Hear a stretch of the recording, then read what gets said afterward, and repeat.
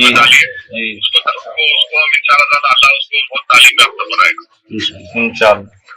आप अकेले नहीं है भाई, आप हम भी आपके साथ शामिल हैं। हम कोई सियासी बात नहीं कर रहे, बार बार कह रहे हैं आपसे।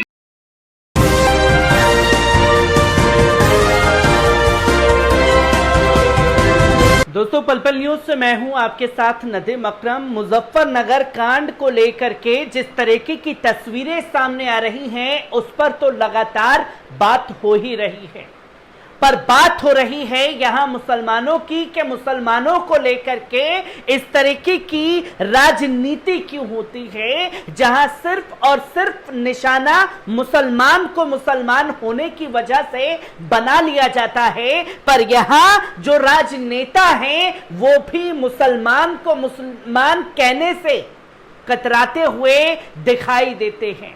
जहां उत्तर प्रदेश के मुसलमानों ने 2022 के चुनाव में सारे के सारे वोट जो हैं अखिलेश और जयंत चौधरी की झोली में डाल दिए, और इन्हीं मुसलमानों की वजह से अखिलेश यादव और जयंत चौधरी जो हैं आज विपक्ष में यूपी विधानसभा में एक ताकत के तौर पर बैठे हुए हैं। और यहां इन नेताओं को मुसलमान लिखने में भी शर्म आती है, पर जो काम अखिलेश और जयंत ने मुजफ्फरनगर के मुस्लिम बच्चे के लिए नहीं किया, वो काम जो है बैरिस्टर असदुद्दीन ओवैसी ने कर दिखाया है, जो कि तस्वीर आपके सामने है।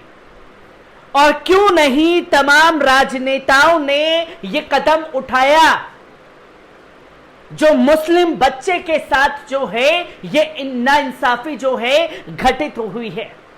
क्या कुछ बैरिस्टर असदुद्दीन ओवैसी ने किया है, एक बार आपको ये जान लेना चाहिए कि मुजफ्फरनगर में पिटाई, हैदराबाद में होगी पढ़ाई। बेहतर एजुकेशन जो है हैदराबाद में बेहतर एजुकेशन मिलेगी, जो कि आप ये तस्वीर देख रहे हैं कि मुजफ्फरनगर के मुस्लिम बच्चे को मिला बैरिस्टर असदुद्दीन ओवैसी का साथ। जहां बैरिस्टर असदुद्दीन ओवैसी ने बच्चे के वालिद से बात की, जहां इरशाद से बातचीत करने का पूरा वीडियो जो है वो सोशल मीडिया पर वायरल हो चुका है। क्या कुछ बच्चे के पिता से बैरिस्टर असदुद्दीन ओवैसी ने कहा है, उनके इस बयान पर नजर डालिए। अस्सलाम वालेकुम। मैं अल्ताफ का अब्बा जान बोल रहा हूँ।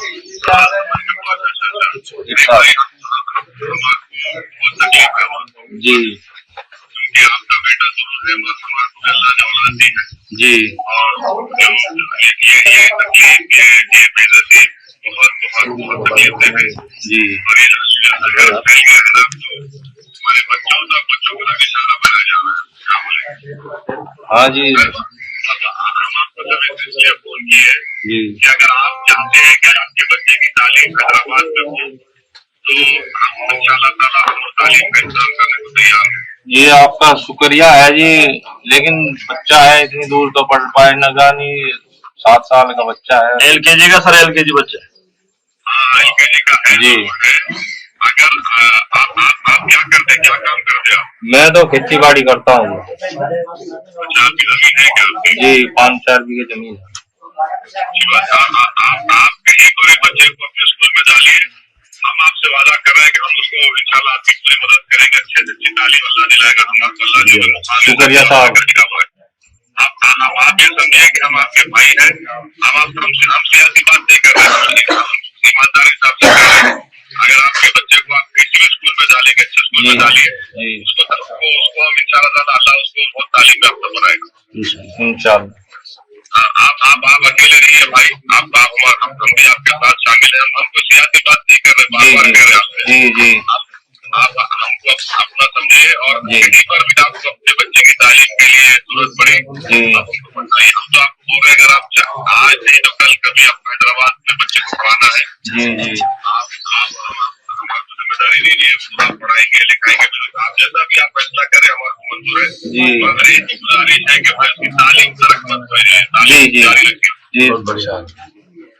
कभी भी आप बहुत बड़ी हमारी आपको हमारे सदर साहब है वहाँ जी। पर जी उनको सर उनसे सलाह करिए, हम हाजिर हो जाएंगे। अभी बच्चे की तबीयत कैसी है आपके?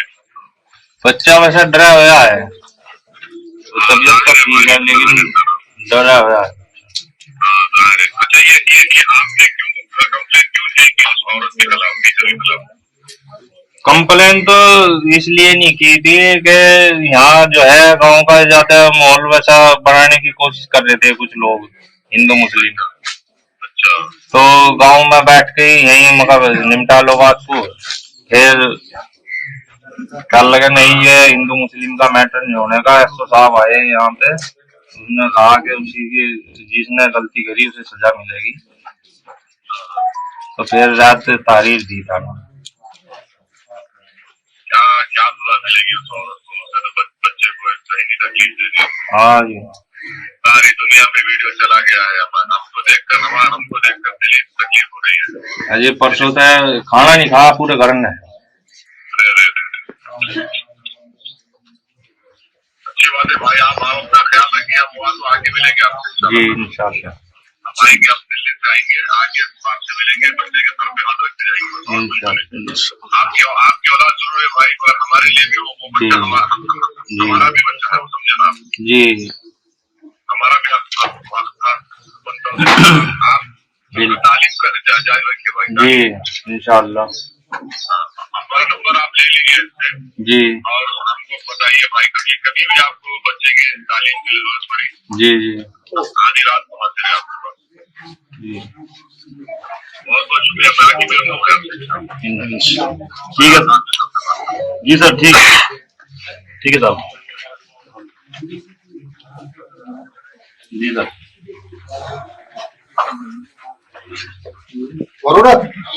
जी जी जी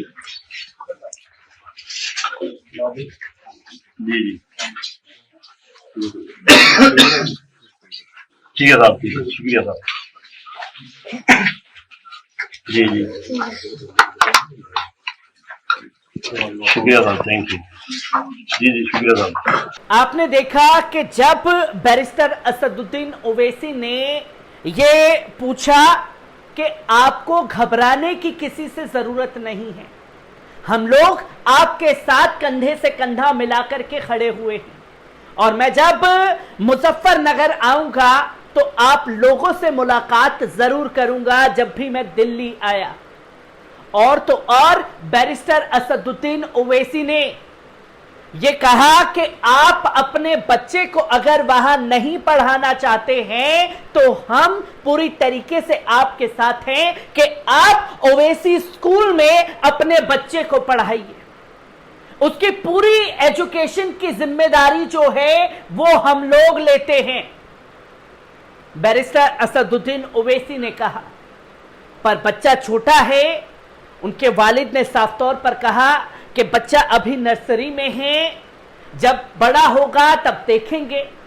इसके बाद बैरिस्टर असदुद्दीन ओवैसी ने पूछा कि आपने एफआईआर करवाई है या नहीं करवाई है। तो यहां बच्चे के वालिद ने कहा कि आसपास के लोग हम लोगों के ऊपर प्रेशर बना रहे हैं, समझा रहे हैं कि ऐसी कोई हिंदू मुस्लिम वाली बात नहीं है, आप इसे हिंदू मुस्लिम ना बनाएं। जो कि गांव के लोग जो हैं उसके वालिद से ये बातें कहते हैं, जिसका पूरा कन्वर्सेशन बैरिस्टर असदुद्दीन ओवैसी ने साझा किया। तो इसी के साथ साथ आपको जानना चाहिए कि बैरिस्टर असदुद्दीन ओवैसी ने इस कन्वर्सेशन का पूरा जिक्र जो है वो देश के सामने रखा, और साफ तौर पर बैरिस्टर असदुद्दीन ओवैसी ने कहा मुजफ्फरनगर के घबराए पीड़ित परिवार ने 2 दिन तक खाना नहीं खाया है। मैंने पीड़ित के पिता से फोन पर बात की, बच्चे की पढ़ाई के लिए हर संभव मदद का आश्वासन दिया है। वो पीड़ित परिवार किस तरीके से तमाम चीजों को झेल रहा है, इस पर गौर करने की जरूरत है। यह काम जब बैरिस्टर असदुद्दीन ओवैसी ने किया उसके वालिद से बात करके, तो अभी तक समाजवादी पार्टी के भर भर के मुसलमानों के वोट लेने वाले अखिलेश यादव क्या कर रहे हैं, और तो और जयंत चौधरी अब तक क्यों नहीं पहुंचे, बल्कि उनका तो उस जगह पर अच्छा खासा होल्ड माना जाता है और उन्हीं की मुसलमानों की वजह से ही जो बची कुची इज्जत है वो बची हुई है, खास तौर पर जयंत सिंह की, वो अब तक क्यों नहीं पहुंचे। जहां इसके बारे में शौकत अली जो उत्तर प्रदेश के एआईएमआईएम के अध्यक्ष हैं, उन्होंने साफ तौर पर लिखा, शिक्षा में धार्मिक जहर का शिकार हुए बच्चे के संदर्भ में मुजफ्फरनगर जिला अध्यक्ष इमरान कासिम साहब के नेतृत्व में एक प्रतिनिधि मंडल ने मंसूरपुर थाना पहुंचकर थाना प्रभारी जी से मुलाकात की और इस घटना के विषय में चर्चा की। ये ऑल इंडिया मजलिस इत्तेहादुल मुस्लिमीन जब काम कर रही है तो क्यों नहीं समाजवादी पार्टी और आरएलडी के लोग थाने में जाकर के इस तरीके से वार्तालाप करते हुए दिखाई दिए, जिसकी तस्वीर यहां आप लोगों के सामने स्क्रीन पर है कि थाना प्रभारी से जाकर के एआईएमआईएम के जिला प्रतिनिधि ने मुलाकात की, उनसे बात की कि आखिरकार क्या हुआ, कार्रवाई कहां तक पहुंची। आपको बता दें कि ये तो हाल था बैरिस्टर असदुद्दीन ओवैसी का, जहां उत्तर प्रदेश की सियासत ने उन्हें नकार दिया गया, पर जिनको भर भर करके वोट दिया गया वो क्या कर रहे हैं। जहां अखिलेश यादव ने जो ट्वीट किया उसके बाद तो लोगों का गुस्सा और भड़क चुका है कि आखिरकार अखिलेश यादव को अल्पसंख्यक बच्चे लिखना पड़ रहा है। और मैं तमाम जो बड़े बड़े पत्रकार हैं वो भी मुस्लिम बच्चे नहीं कह रहे, वो मुस्लिम नहीं कह रहे, अल्पसंख्यक बच्चा। अल्पसंख्यक बच्चा क्या होता है? मुसलमान को मुसलमान क्यों नहीं कहा जा सकता? जब यादव को यादव कह करके अगर कोई ये घटना यादव के साथ होती, किसी और जाति धर्म के लोगों के साथ होती, तो क्या यही लिखा जाता? तब सबसे पहले जो है अखिलेश यादव जाति लिखते कि यादवों के साथ में नाइंसाफी हो रही है, यहां मुस्लिमों के साथ में नाइंसाफी हो रही है। इसके बारे में अखिलेश यादव ने क्यों नहीं लिखा? जहां मुसलमान शब्द लिखने में भी शर्म आ रही है अखिलेश यादव को। इसके बाद मुजफ्फरनगर थप्पड़ कांड पर अखिलेश बोले कि शिक्षिका से बच्चे के पिता को राखी बंधवाई जाए, तब एक मिसाल कायम हो जाएगी। बच्चे के पिता को राखी बंधवा देंगे, मामला सॉल्ट आउट, तमाम बातें खत्म। पर जो कदम बैरिस्टर असदुद्दीन ओवैसी ने उठाया, वो समाजवादी पार्टी उस कदम को उठाने से क्यों पीछे हट गई? क्यों अब तक तमाम कदमों को अंजाम नहीं दिया गया? ये सबसे बड़ा सवाल खड़ा हो जाता है। और अगले पेज की तरफ बढ़े तो देखेंगे कि आप जयंत चौधरी बड़े नेता, उनका होल्ड है उस क्षेत्र में, और जयंत चौधरी का चेहरा तो हम उस दौरान भी देख चुके थे जब बाबा गुलाम मोहम्मद जोला का इंतकाल हुआ था, किस तरीके से इन्होंने तमाम कदम को उठाया था। तब भी हमने इस आवाज को उठाया था कि यह भेदभाव की राजनीति क्यों। यहां जयंत चौधरी ने ट्वीट करके अपनी भूमिका निभा दी और कहा कि मैंने अभी खूबू पूरा गांव के इरशाद जी से बात करी है, बहुत साहसी हैं, उन्हें विश्वास दिलाया है कि उनके साथ न्याय होगा। न्याय कब होगा इसके बारे में कोई जानकारी नहीं, किसी को कुछ नहीं पता, पर नेताजी ने कह दिया है न्याय होगा तो होगा। इसके बाद मैंने अपने तरफ से उन्हें कहा कि इस दुखद वारदात को वो भूल जाएं, क्योंकि हमारा समाज ऐसा नहीं है। जी हां, ऐसा समाज नहीं है। समाज में ऐसी दोबारा घटना ना घटे, इसके लिए क्या कदम उठाया जाए। और यही घटना किसी और धर्म जाति के साथ होती तो क्या जयंत चौधरी यही ट्वीट करते?